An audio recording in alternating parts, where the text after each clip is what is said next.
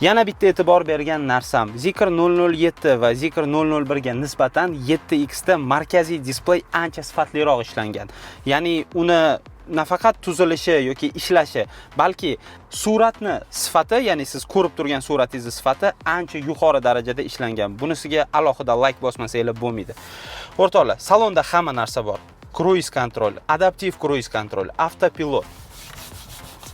Yana bir marta sifat haqida gapiraman va bu narsa haqida ko'p gapirishga bu mashina arziydi.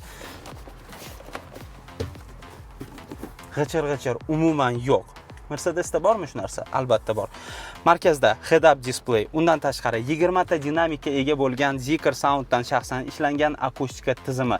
Bu yerda panorama tom mavjud, luka ochilmaydi va panorama tomimiz shtorka, ya'ni parda bilan jihozlangan. Undan tashqari uni yonida SOS tugmachasi ham mavjud. Agarda siz noxush holatga duch kelsangiz yoki yo'l transport hodisasi ro'y bersa, ushbu tugmachani bosish orqali xavfsizlik xizmati yoki tez yordamga qo'ng'iroq qilishingiz mumkin.